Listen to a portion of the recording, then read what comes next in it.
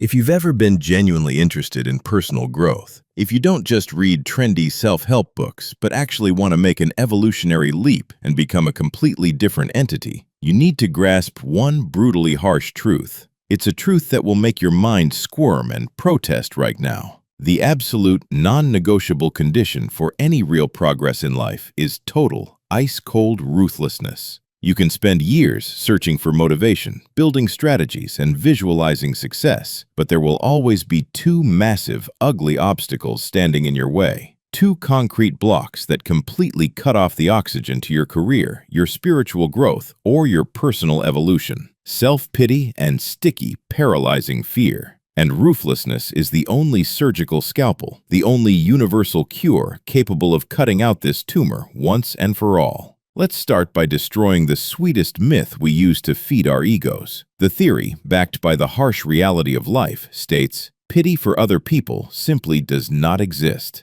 Yes, your moralistic core might be outraged right now. What about compassion, you ask? Understanding? Yes. Deep empathy and compassion? Absolutely. But pity is a completely different, toxic construct. What you call pity for others is always, 100% of the time, just a hypocritical projection of your own hidden self-pity. What is self-pity at its core? It is the disgusting trembling of your own ego. Imagine a shapeless piece of jelly convulsing at every gust of wind. That is the weak I you desperately cling to, the exact I you must leave behind to step into your evolutionary growth. This jelly is constantly uncomfortable. It's scared, it suddenly gets unbearably bored, and it endlessly revels in how cruelly misunderstood it is, how everyone is attacking it and demanding the impossible. Our modern culture is designed to carefully nurture this weakness. When a person becomes uncomfortable in their current circumstances, they don't see this discomfort as a battle siren, a direct call to grow and change immediately. No, they see it as a legitimate excuse to curl into a fetal position and start frantically pitying themselves. The same broken record plays in their head. This cruel, unfair world has once again put me in unbearable circumstances that I, being so small and fragile, cannot handle. But the truth is, the universe put you in these exact circumstances so that you would finally start moving, so you would wake up.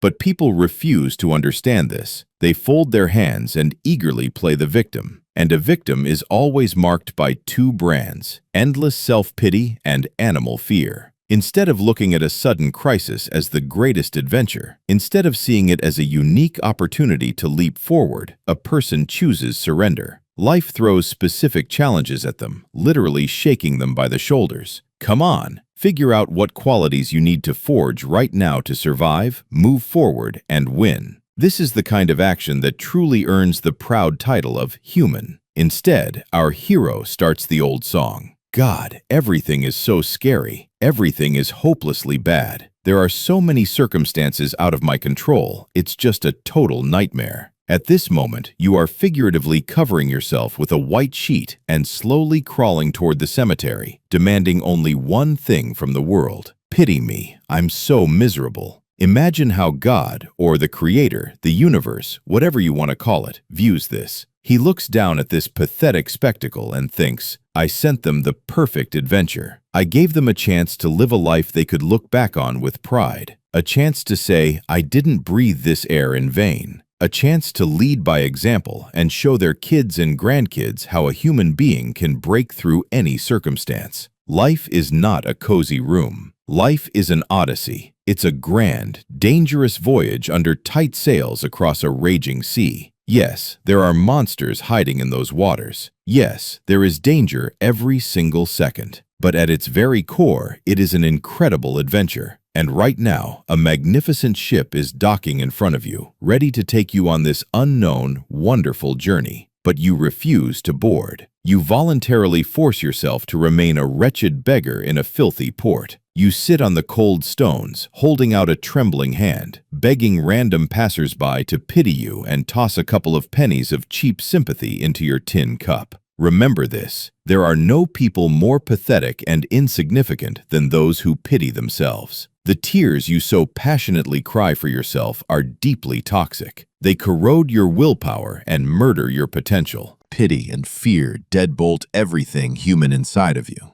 They sever the very possibility of evolution.